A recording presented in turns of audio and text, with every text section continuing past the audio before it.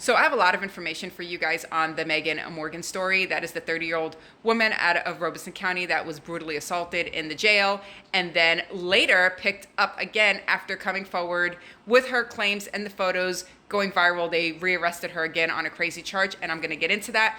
But I want to give you guys a little bit of background information on Robeson County. Understand that people have been coming out of the woodworks feeding information like crazy regarding this town. And the sheriff's department and apparently the state police out there, just everything that's surrounding this county. Now, for those who don't know about Robeson County, I want you guys to just do a quick search of the Mica Miller story. We all know what's recently happened with Mica Miller. That happened here in Robeson County.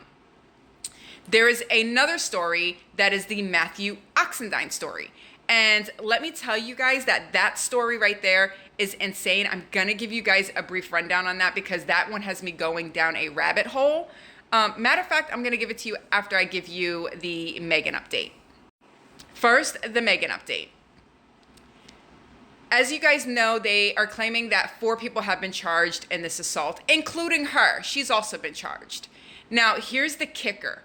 The 3 people who brutally assaulted her and almost took her life have been charged with simple battery.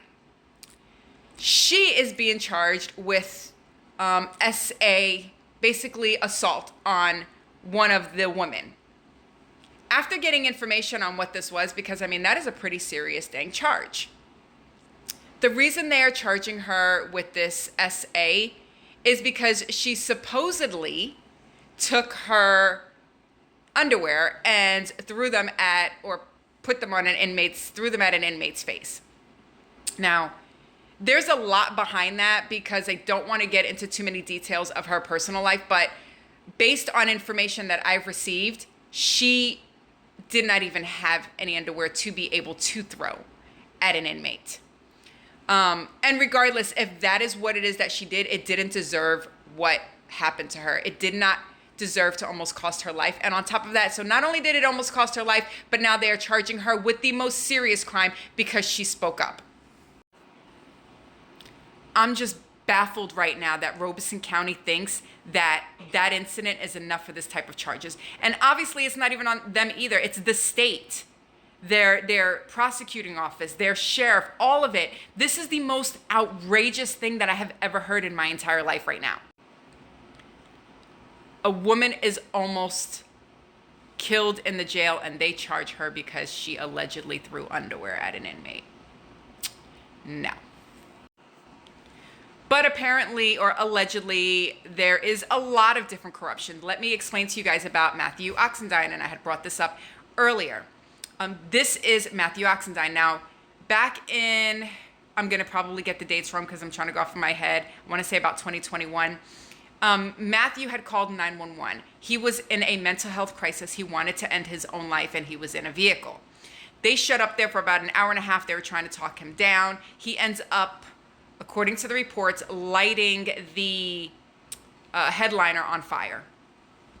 So at this point, they go to take him out. He has a toy weapon, and they end up taking his life. And the crazy thing about this is it's not like a couple of officers just, 1, 2, 3, 4 bullets. No. I have the photos of the autopsy of him on the table. This man was shot approximately 40 plus times. He was shot all over the side of his face and his neck, his head, his back, his chest, his arms. He was lit up. Everybody there opened fire. And the kicker is they did not have body cam. So at this point, although there was a toy weapon in there, how it was pointed out, if it was pointed at them, how that happened is strictly based on the word of the closest officer who's seen it. And I know how this works. One officer opens fire, they yell weapon, and everybody there opens fire, which is insane because we remember what happened in Louisville when they had opened fire on a young lady that was in the home. A whole bunch of people had opened fire, and some of the officers were charged. Again, I'm on a different side on that one, but in this case, nobody's ever been charged. Nobody's ever been held accountable. Again, this is Robeson County Sheriff's. The state decided, You know, this man calls 911. He was in a mental health crisis. There's got to be some change on how we deal with people in mental health crisis. It's not like they just got out there and they didn't know. They were there supposedly for an hour and a half.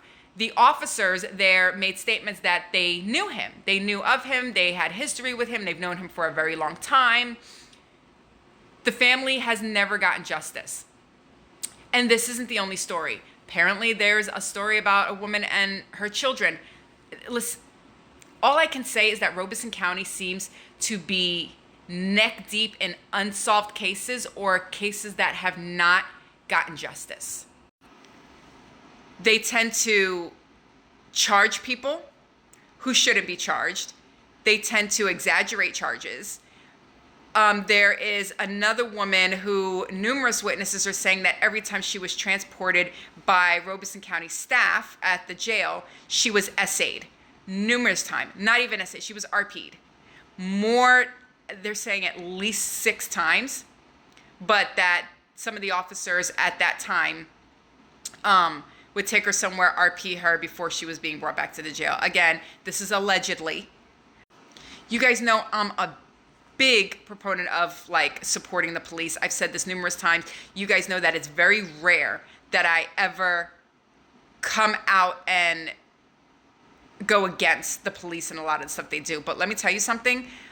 I am determined to try to get to the bottom of everything that is going on in Robeson County. And I probably won't. Listen, apparently they got some dirty politicians. You got crooked officers. You got a lot of nepotism going on over there.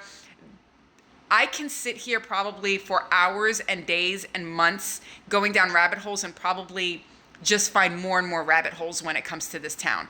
But I do know that specifically these 2 cases, justice needs to be served. And I really think that people need to continue to get the word out there and don't just let the story fade, because for this woman to be savagely beaten and this man to be